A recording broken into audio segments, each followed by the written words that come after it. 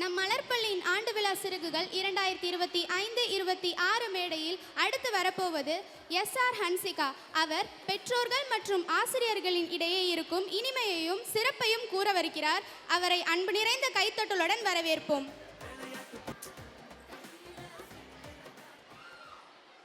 Get ready.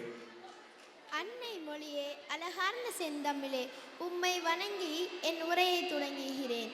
பாலர் இலக்கியம் படைத்த தமிழுலகின் சொற்சுவை நம்பி அவர்கள், மல்லிகை பூமணக்கும் மதுரை மாநகரின் வைகை குமரன் அவர்கள், பலரின் விழிகளுக்கு ஒளி தந்த நிலா ஆப்டிகல்ஸ் உரிமையாளர் அவர்கள், திட்டமிட்டு வெற்றி கனியை பறிக்கும் நிர்வாகத்தினர் அவர்கள், எழுச்சி தந்த மதிப்பிற்குரிய முதல்வர் அவர்கள், ஏற்றம் தந்த ஆசிரிய பெருமக்கள், அன்பு தந்த பெற்றோர்கள் மற்றும் ஆற்றல் தந்த தோழிகள் மற்றும் தோழர்கள், உங்கள் அனைவருக்கும் என் முதற்கண் வணக்கங்கள். மாணவர்கள் தம் வாழ்வின் வெற்றிக்கான வழியை தேடி போகும்போது அவர் செல்லும் வழியில் இருவர் இருந்தார்கள்.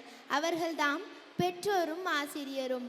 பெற்றோரும் ஆசிரியரும் நம் வாழ்க்கையின் தெய்வங்கள். நம்மை இந்த உலகிற்கு கொண்டு வந்தவர்கள் பெற்றோர். அவர்கள்தாம் நம் முதல் ஆசிரியர்கள், முதல் நண்பர்கள், ஏன் முதல் வழிகாட்டிகளும் கூட. பெற்றோர்கள் நமக்கு சிரிக்க கற்றுக் கொடுத்தார்கள், நல்வழியில் நடக்க கற்றுக் கொடுத்தார்கள். அது மட்டுமா, அவர்கள் தங்கள் கனவுகளை தியாகம் செய்து நம் கனவுகளை நனவாக்குகிறார்கள். ஒரு தாயின் சிரிப்பு குழந்தைக்கு தைரியம், ஒரு தந்தையின் உழைப்பு குழந்தைக்கு வாழ்வாதாரம். அவர்களின் அன்பு அளவில்லாதது, முடிவில்லாதது. விலை கொடுத்து வாங்க முடியாத அரியாசனம் பெற்றோர்களின் தோள்கள்.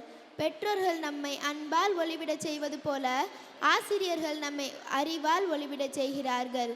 ஆசிரியர்கள் மெழுகுவர்த்தியை போல், ஏன் தெரியுமா, தங்களை உருக்கி நம் எதிர்காலத்தை ஒளிரச் செய்கிறார்கள். ஒரு ஆசிரியர் நினைத்தால் ஒரு தலைமுறையே மாற்ற முடியும். நாம் ஓங்கி வளர உறுதுணையாக இருப்பவர்கள் தாம் ஆசிரியர்கள். மற்ற பிள்ளைகளையும் தான் பெற்ற பிள்ளையாக நினைத்து அவர் முன்னேற்றத்திற்காக வழிவகுப்பவர்கள் தாம் ஆசிரியர்கள். இதை உணர்த்த நான் ஒரு சிறிய கதையை சொல்கிறேன், கேளுங்கள். ஒரு சிறுவன் தன் பெற்றோரும் ஆசிரியரும் எப்போதும் கண்டிக்கிறார்கள் என்று குறை கூறினான்.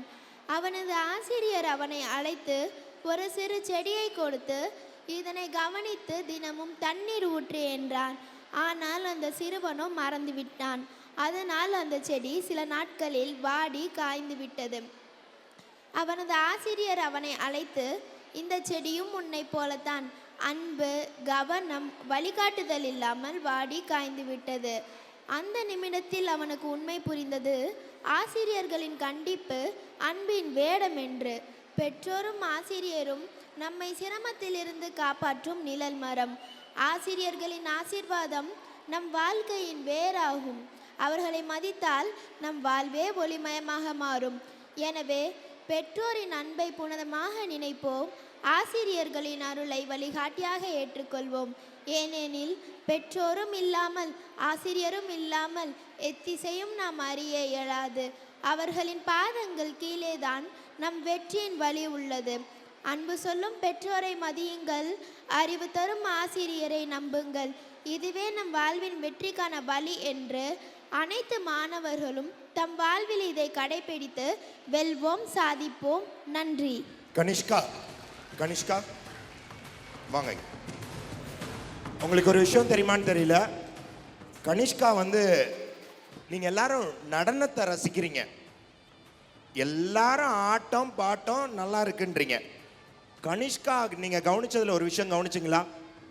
சுந்தரமையா, பேச்சாளர்களுக்கும் புக்கு எழுதுறவங்களுக்கு தான் தெரியும் அதோட அருமை.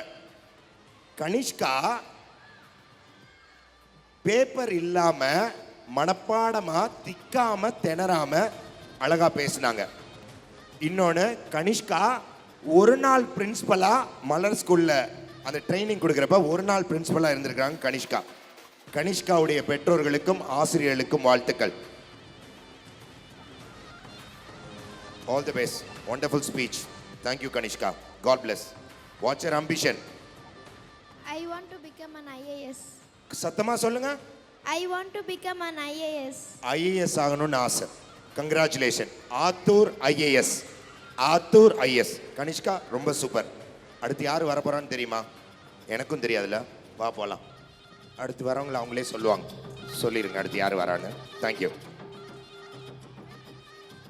தேங்க்யூ ஹன்சிகா.